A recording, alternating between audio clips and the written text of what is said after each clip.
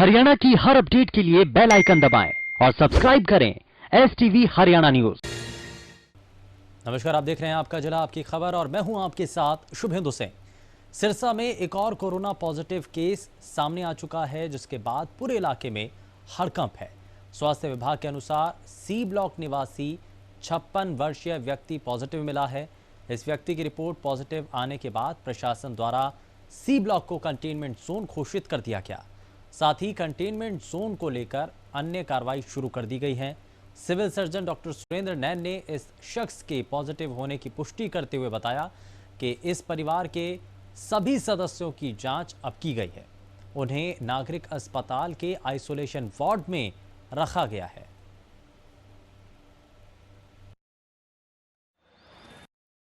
सुनील चचान 56 साल का एक व्यक्ति हैं जो सिरसा के सी ब्लॉक से संबंधित है।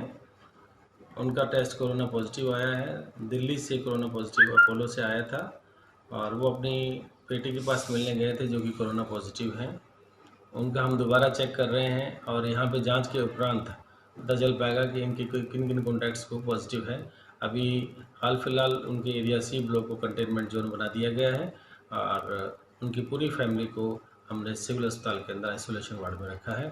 कल उनकी रिपोर्ट आ जाएगी तो उसके बाद में आगामी कार्रवाई की जाएगी। वहीं पानीपत के civil surgeon doctor Santlal Verma ने कोरोना वायरस पर अपडेट देते हुए बताया कि इस समय फिलहाल 3 पॉजिटिव केस बाकी हैं और बाकी सभी जो मरीज हैं वो ठीक होकर जा चुके हैं। साथ ही उन्होंने बताया कि कुल मिलाकर पानीपत से 36 पॉजिटिव मामले सामने थे, जिसके अंदर 3 लोगों की मौत हो चुकी है। देखिए, इस समय जो है हम पानीपत के सिविल हॉस्पिटल में हैं और मैं बता दूं आपको कि हमारे साथ जो हैं संतलाल वर्मा जी हैं, सिविल सर्जन जो हैं पानीपत के। उनसे पूछते हैं कोरोना पे क्या अपडेट है। लेकिन सबसे बड़ी बात है, जिस तरीके का स्वास्थ्य विभाग की टीम काम कर रही है, तो कहीं ना कहीं एक बेहतर परिणाम सामने आया है।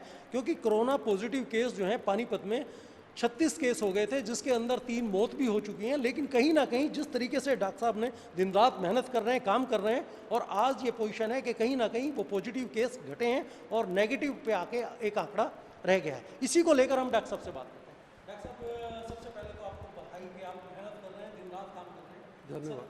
इसके लिए एक अपडेट दे दें हमें, क्या इस समय आज 17 तारीख का क्या अपडेट है? हमारे ज़िले पानीपत के अंदर अभी तक जो टोटल पॉजिटिव केस की संख्या है वो 36 है, जिनमें 2 केसेस मेडिकल कॉलेजेस में डिटेक्ट हुए थे और इनमें से 30 लोग ठीक होकर अपने घर जा चुके हैं।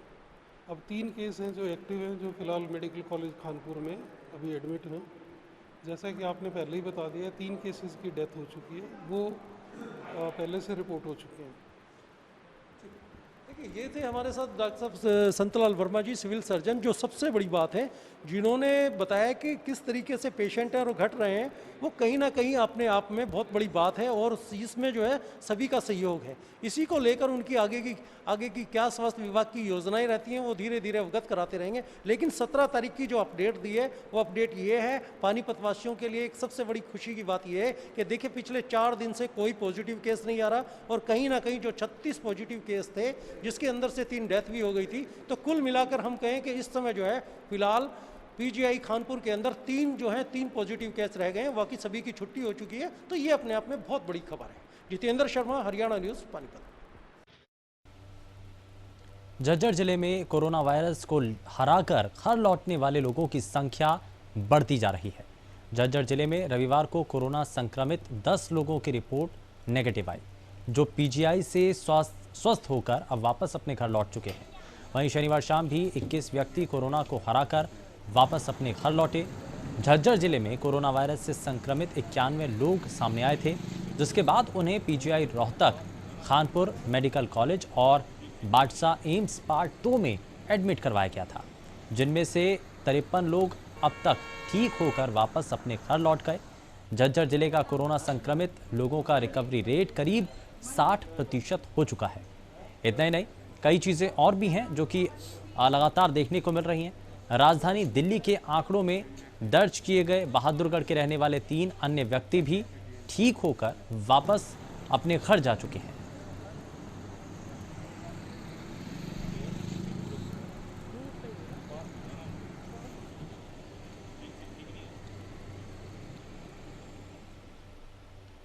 वहीं नरेला के शाहपुर गांव में बिहार के समस्तीपुर जा रहे 39 प्रवासी मजदूरों के साथ एक ट्रक ड्राइवर ने धोखा कर दिया। ट्रक ड्राइवर उन्हें अवैध तरीके से बिहार ले जा रहा था, लेकिन रास्ते में उसने किराया 2,000 रुपये प्रति व्यक्ति से बढ़ाकर 3,000 रुपये प्रति व्यक्ति कर दिया, जिससे मजदूरों ने इनकार किया तो ट्रक ड्राइवर उन्हें बीच रास्ते में ही छोड़ गया। वहीं मामले में गांव सरपंच ने मौके पर पहुंचकर मजदूरों के रहने के लिए शेल्टर होम बनवाया और बाद में उनके गांव भिजवाने का आश्वासन भी दिया।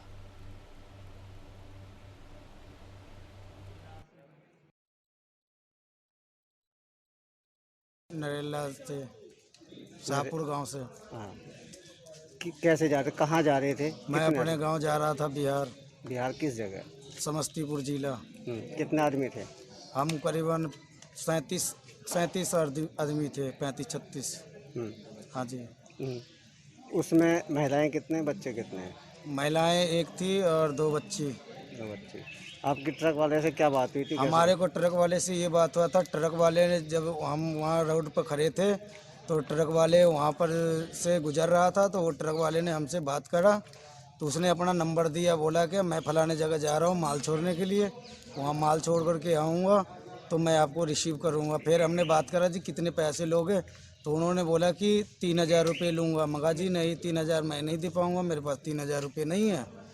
तो उन्होंने बोला कि 2500 दे देना। मैंने कि 2500 भी नहीं देंगे जी, 2,000 रुपये हम दे सकते हैं। चलना है तो अब चलो और नहीं चलना है तो रहने दो। ये सर जो है दिल्ली से आए हैं और इनके साथ धोखाधड़ी हुई है। पहले इनको जो है 2,000 रुपये के लिए कहा गया था कि भाई आपको गांव छोड़ देंगे, और इनको लेकर के वो जो है यहाँ घासेड़ा जो है पहुँच गया था और फिर इनसे 3,000 रुपये मांगे, जिसमें बिहार के 26 आदमी हैं और झारखंड के 10 हैं और यूपी के 3 हैं, जिनमें 1 महिला 2 बच्चे हैं। इनके ऊपर अभी क्या कार्रवाई चल रही है? सर अभी इनके ऊपर कार्रवाई तो हम पूरी तौर से नहीं कह सकते कि क्या कार्रवाई है। फिलहाल तो इनको जो है शेल्टर होम में रोका जा रहा है।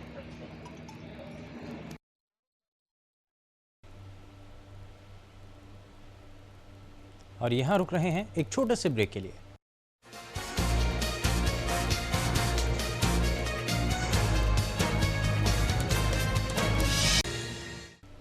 ब्रेक के बाद आप सभी का स्वागत है।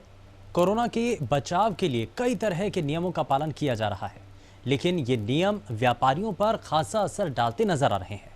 एशिया का सबसे बड़ा होलसेल कपड़ा मार्केट कहे जाने वाले अंबाला शहर भी कोरोना का दंश झेल रहा है।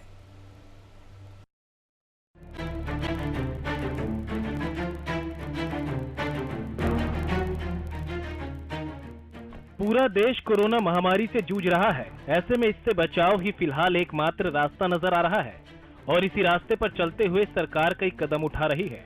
कोरोना के बचाव के लिए कई तरह के नियमों का पालन किया जा रहा है, लेकिन ये नियम व्यापारियों पर खासा असर डालते नजर आ रहे हैं। एशिया का सबसे बड़ा होलसेल कपड़ा मार्केट कहे जाने वाला अंबाला शहर भी कोरोना का दर्द झेल रहा है।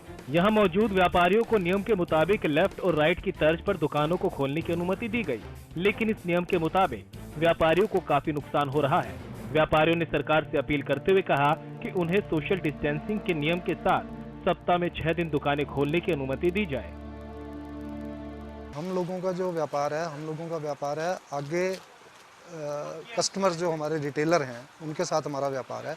हमारा व्यापार डायरेक्ट कंज्यूमर से नहीं है, और जो रिटेलर बाहर से कपड़ा लेने के लिए यहाँ आ रहा है उसका लेफ़्ट राइट खुलने की वजह से उसका काम पूरा हो नहीं पा रहा, क्योंकि जब वो आता है तो आधी दुकानें उसकी खुली होती हैं, आधी दुकानें उसकी बंद होती हैं।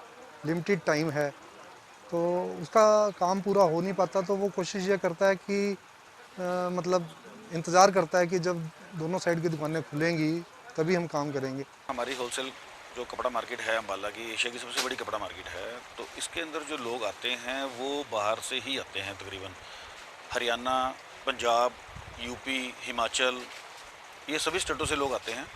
वो अभी नहीं आ पा रहे हैं, तो उसके कारण बहुत ज़्यादा भारी प्रॉब्लम है। और जो अपने हरियाणा से हैं लोग, वो भी बहुत कम आ रहे हैं। वो लेफ़्ट राइट के चक्कर में जो हमारी ये दुकानें खुल रही हैं उसमें आधी दुकानें खुलती हैं, आधी नहीं खुलती। एक आदमी को 10 दुकानों से काम है, तो वो 4 खुली हैं, 6 बंद हैं।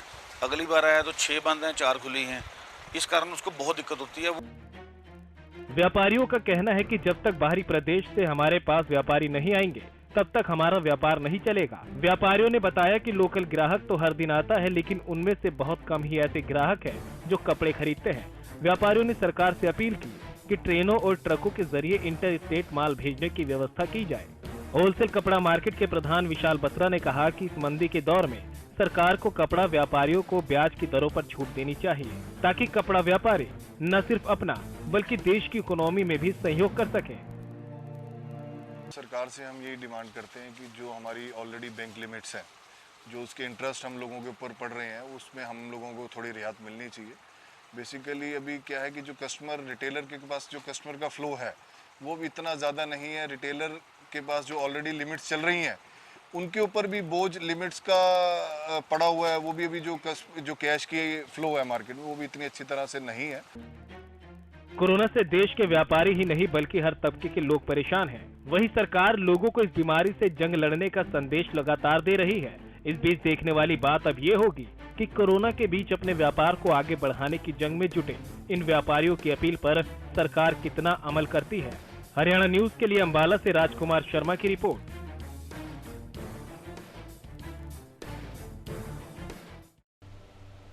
कोरोना के खिलाफ जारी लॉकडाउन से सबसे ज्यादा प्रवासी मजदूर इस वक्त परेशान है।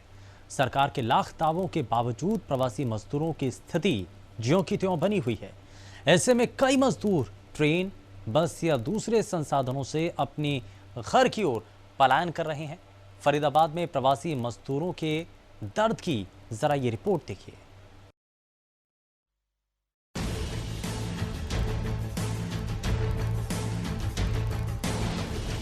कोरोना के खिलाफ जारी लॉकडाउन से सबसे ज्यादा प्रवासी मजदूर परेशान हैं। सरकार के लाख दावों के बावजूद प्रवासी मजदूरों की स्थिति ज्यों की त्यों बनी हुई है।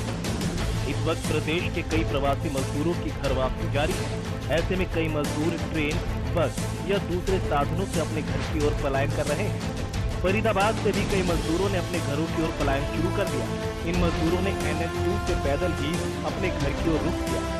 हरियाणा न्यूज की टीम ने ग्राउंड जीरो पर पूरी रात फरीदाबाद के बदरपुर बॉर्डर से लेकर पलवल बॉर्डर तक का जायजा लिया और अंधेरे में पलायन कर रहे मजदूरों को संबंधित निकाय तक पहुंचाने की पहल की। अपनी जरूरत की चीजों के साथ पलायन कर रहे इन प्रवासी मजदूरों की देश के नेताओं से बहुत सी शिकायतें हैं। अभी देखिए मासूम बच्चे, छोटे छोटे बच्चे ये ऐसे ही पैदल आधी रात में चल रहे हैं। छोटे बच्चे हैं, इनके पैर देखिए किस तरीके से ये दिल्ली से चलकर आए हैं और अब बहुत लंबा सफ़र इनको तय करना है। बिहार में जाना है। ये मेरी माताएं बहनें पैदल चल रही मासूम बच्ची आप ये देखिए कि किस तरीके से हाईवे पर इसी तरीके से सामान लेकर बिहार जाएंगे। ये लोग दिल्ली से पैदल बिहार जाएंगे और आप अंदाज़ा लगा सकते हैं कि कितने किलोमीटर का सफ़र ये लोग पैदल तय करेंगे मासूम बच्चों के साथ। हरियाणा न्यूज़ भी दिल्ली सरकार और हरियाणा सरकार से यही अपील करेगी कि जो प्रवासी मजदूर पैदल जा रहे हैं उनको रोका जाए और उनके लिए प्राप्त सिस्टम किया जाए। हरियाणा न्यूज की टीम यही नहीं रुकी। प्रवासी मजदूरों का हाल जानने हमारी टीम ने कुछ किलोमीटर की दूरी तय की तो यहाँ प्रवासी और पलायन की एक और कहानी मिली। बल्लभगढ़ के सुभाष कॉलोनी में रह रहे प्रवासी मजदूर रिक्शे में सवार होकर अपने घर बिहार के लिए निकल पड़े। अपनी जरूरत का कुछ सामान और परिवार के सदस्यों के साथ बिहार की तरफ कूच कर रहे इस मजदूर परिवार की कहानी भी दूसरे प्रवासियों से अलग नहीं। उन्होंने बताया कि लॉकडाउन के बाद बने हालात के बाद वो पलायन करने पर मजबूर हैं।